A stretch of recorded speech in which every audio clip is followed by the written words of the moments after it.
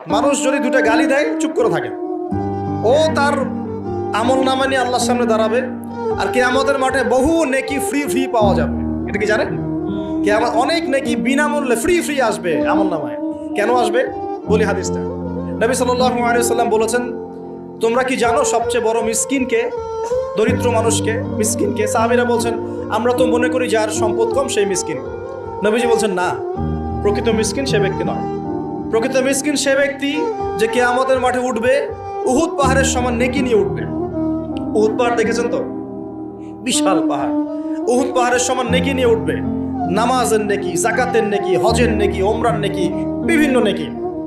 কিন্তু দেখবে সামনে বহু মানুষ দাঁড়িয়ে আছে। কেন দাঁড়িয়ে আছে? কারো কাছ থেকে টাকা নিয়েছে, টাকা শোধ করে নাই, কাউকে গালি দিয়েছে, কাউকে অন্যায়ভাবে অপবাদ দিয়েছে, কাউকে আঘাত করেছে, কারো উপর জুলুম করেছে ইত্যাদি। বিভিন্ন রকম মানুষের সাথে জড়িত পাপ ছিল। ঠিক আছে? কারো গীবত করেছে, কাউকে তহমত দিয়েছে ইত্যাদি।